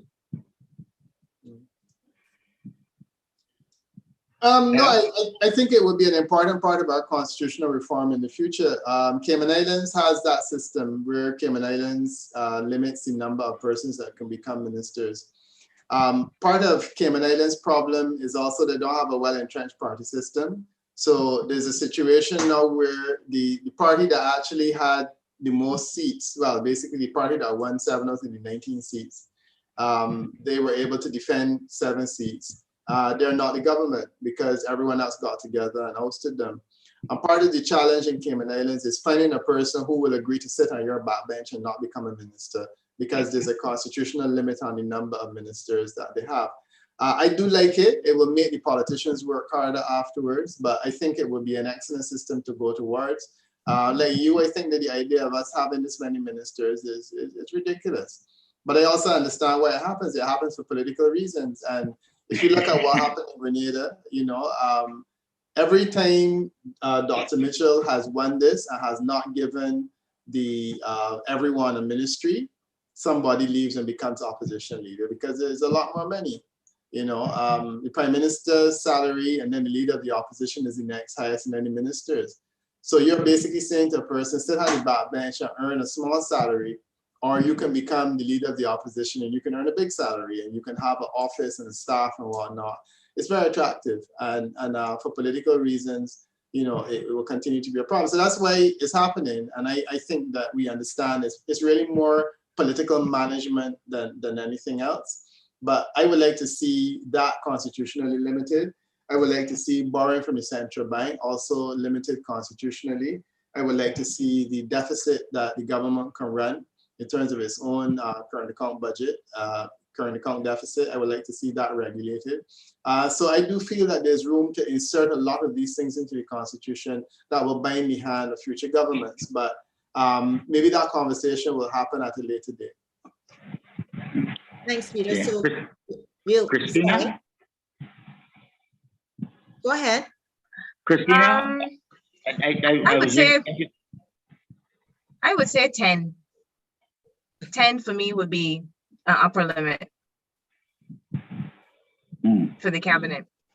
I would like to see not more than 1/3 of the people who represent us focusing on these cabinet responsibilities, so that at least 2/3 of the constituencies would have more focus by the MP. So maybe this is a little bit idealist, because if you are in opposition, it is a lot harder for the MPs to do what they need to do. But I think, as Peter said, it will kind of force some of those who are on the back bench to do certain things to ensure that they get back in. So they cannot ride the wave of being a good minister of health or a good minister of education or whatever, and use that as currency to regain the seat. They really have to do the work in their constituencies and show their value, and then we will have a level of local government, I think. I just want to make a very quick point, Lana, that one of the principles of our system is that Parliament is supposed to be a check on the executive. Parliament right now can't check the executive because everyone who's in Parliament is part of the executive. And I think one of the commentators earlier was making that point. If we had 10, like Christina is proposing, then we could have 20 people essentially being a check on the government, because if the government falls out of line, we can have 20 people on the backbench or in the opposition benches, essentially removing a government from office, like what happened in 1994. But when you have a government which is essentially the cabinet, where everyone is part of the cabinet, the Westminster system was designed to ensure that Parliament had a power of its own to be able to check on ministers and so on. It cannot provide that supervisory function simply because right now everyone is a member of the cabinet and they're under cabinet responsibility, which essentially means that they can't vote against their own thing. Now, you can leave, as happened in '94, you can resign and then vote against the government, but that is a lot less likely to happen. Thanks, Peter. We have the last question for the night will be the one we will take now from Elridge, and then we will move into the wrap up from each of the panelists. Then you can give your wrap up statements. Thank you. Elridge, go ahead. It wasn't really a question. It was just to make a comment on the local government. My view of local government is recognizing that not everyone wants to be in the cut and thrust of national politics, where representatives or candidates are usually the purveyors of largesse, that it could be a level at which a person wants to make a contribution, but not at the national level. Let us face it, being a politician is difficult. A politician is a peculiar animal. I've always contended that a politician would burn down the whole of British just to get a vote. Such is the morality, as Peter was saying. And local government could give those persons who have a vested interest in their community or parish a chance to make a contribution. I agree with Dr. Hines that it can't be voluntary. There has to be a sizable stipend, because nothing worth doing is worth doing for free. Thanks for that, Elridge. So John, do you want to start your wrap-up statements? Yes. First of all, let me thank the whole Trinity Church for having invited me. I want to emphasize that I'm in favor of a republic with a ceremonial president. I want to assure Barbadians that once we are vigilant and we go and participate in the discussions, that there's nothing to be afraid of from a Republican status per se. Just as we have to be vigilant with the system of government we have now, we have to be vigilant with whatever other status comes in. So that I don't think there's any reason to fear. And this business of fearing that the breaking from the monarchy is going to lead to all kinds of economic problems because the white tourists are not going to come and so on, that theory is not true. And we took on Nelson and the tourists still came. Perhaps more came, except that COVID put a stop to that. So I am concerned that we need to not move in any indecent haste, that we enter into serious discussion with the populace, and that we move towards Republican states. I'm sorry, like as Christina said, perhaps it would have been better if there was some kind of representation from the other parties on the committee, the transition committee. I think that would have lent itself to more serious discussion and the satisfaction among the population that it is not simply a question of legacy, that we have some level of consensus. I know that Peter said that politics has its own kind of morality, and that consensus is not a part of the Westminster system and all that. But I still would have liked to see some of that kind of discussion. In any case, though, I think that there must be extensive discussion as we move towards Republican status, and Barbadians need to go out and make their voices be heard. So let me thank you again for the invitation to take part in the discussion now. Thank you, John. Christina, now you're in the middle. Okay, thank you all very much for inviting me. I enjoyed this, and I really enjoyed the questions and the comments as well. I think I am in favor of us becoming a republic, but I also I think that this has to be part of the process, that we cannot just be satisfied with having this somewhat simplistic change. And I know that more substantive, we require changes to our system, but these changes will require national discussion. They cannot move at the same 6 months, let's get it done pace. And I think this is an opportunity, moving from a constitutional monarchy to a republic does provide us with an opportunity to really reflect on what we are doing in government and ask for certain types of changes. That said, though, I think that we have to be a little bit realistic with ourselves and what we expect of these changes, because it is quite unlikely that any government is going to put in place changes that will undermine its power and authority. So the same, like the 10 that I just gave. 10 is nice for me, but who is going to legislate? Who is going to change the constitution for this 10? The people in there that are benefiting from having more than 10, this is going to be a little bit of a tricky discussion. But I like the fact that this also opens national discussion on how our government works, how it can work, the benefits and drawbacks of our system and moving towards other systems. And I like this kind of national discourse. And I like the fact that your church is so engaged in it. So thank you again for having me. And I'd welcome the opportunity to come back again if you all are interested in talking about this or something else. So thank you. Thank you, Christina. And trust me, we'll take you up on that offer, because from what I've seen in the chat, maybe as a discussion gets going at a national level, maybe we'll have part 2. So don't worry. Thanks for the offer. So Peter, over to you. Yeah, thanks. I said a lot, so I don't know that I need to do anything other than to thank you guys for the invitation.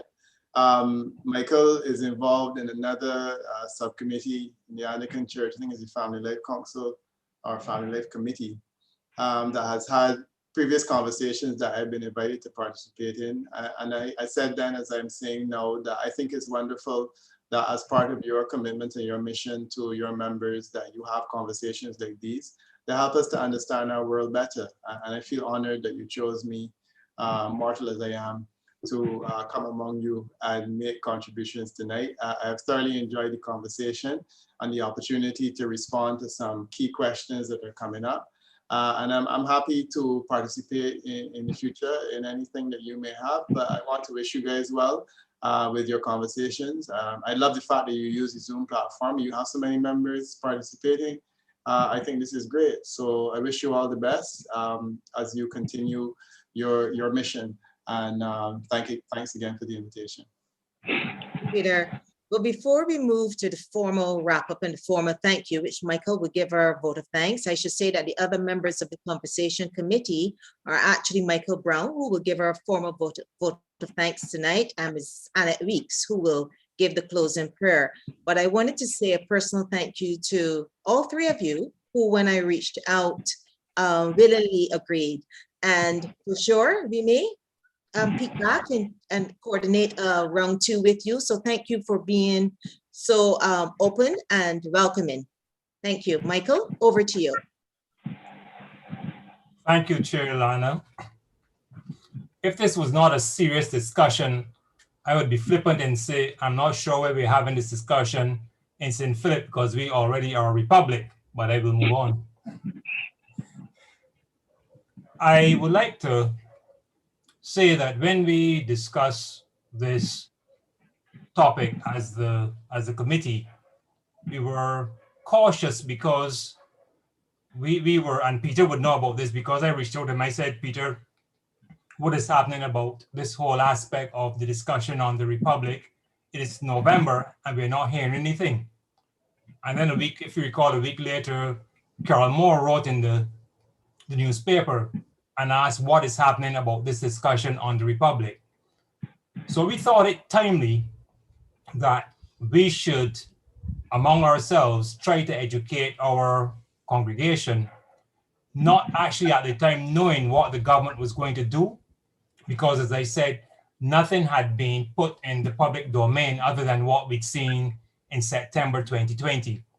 But we thought that it was necessary to have this session to educate ourselves. And I will commend Lana for putting together the panel, which not only educate us, but also recognize that there will be gaps in what we would have discussed and the thoughts we had, because at this point, we do not know what the advisory committee will come up with. But I thought we were challenged in terms of some of the areas where we need to look out for, and I posted in the chat. It is a framework for us to go and attend those meetings, because I like the aspect with regard to what Elridge spoke to, what is happening, how does this impact in terms of local government. We have constituency councils and things like this. There's a Thorn report. How do these things mesh? But at the end of the day, I think we've been given some pointers. Our fears have been allayed. And I realize that Dr. Hines is being bold to challenge us to limit the number of persons in cabinet. And Peter would also speak to, he didn't say it tonight, but he's also spoken in the past about term limits in terms of politics. All in all, I think we had a very good discussion. We've been challenged, and we can now look forward to going out to these meetings to speak to the town hall sessions with that advisory committee with regard to making us better educated and understanding how we can lead and what will be in place for our Republican status as we move forward. Again, thank you, the panel, and all those who've made a contribution tonight. Thank you.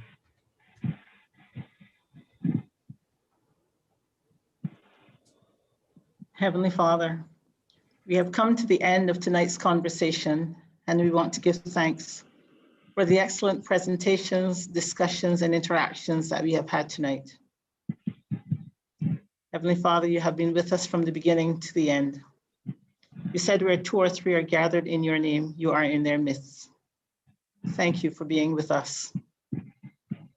Father, we continue to walk according to your words so that we may be a light to the world. Help us to obey everything that you have taught us. May we thrive in all areas, not just tonight, but beyond, and that we stay firmly rooted in your love. As we leave this platform, we ask you to watch over us. Grant us peace in our hearts, that peace which surpasses all understanding. Direct our paths and give us the confidence to follow your direction. In Jesus' name we pray. Amen. Amen. Amen. So thank you, everyone. So what I neglected to mention earlier was the fact that this conversation happens once every month. It's usually on the first Tuesday of every month. And next month, we should be going with the topic of the church. Michael, maybe you should, I'm not really finding your message, so perhaps you should give us the topic for next month, because I should say next month, Michael will be in the hot seat, chairing the, moderating the conversation next month. Michael? Thanks, Lana. Let me, we try to have topics which are not controversial, but will educate us. And I think for July, we're going to look at the church, preparatory justice, and the healing process. You know, there's been a lot of talk in terms about reparations, there's the CARICOM 10-point plan and things like this, and the blame in the Anglican Church. It was not only the Anglican Church which had slaves, but we're looking at pulling together the response with regard to the church and, as I said, reparatory justice and healing, the healing process, which is all part of looking at our aspect in terms of going forward and looking at ourselves. I said, what is our mirror image? And looking at from the prospect of the view of the church. So that is what we're going to be doing next month. I think it's the 6th of July, which is the first Tuesday. And you're all invited. Thank you for that, Michael.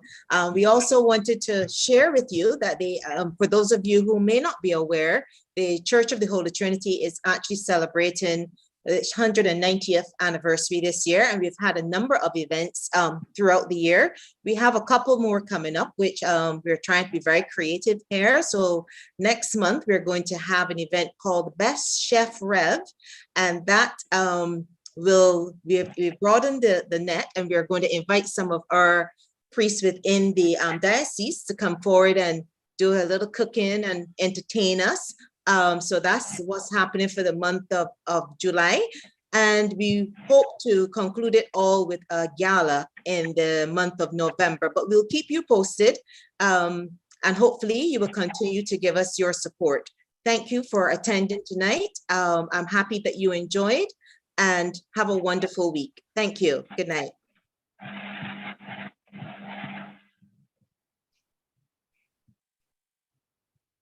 Oh.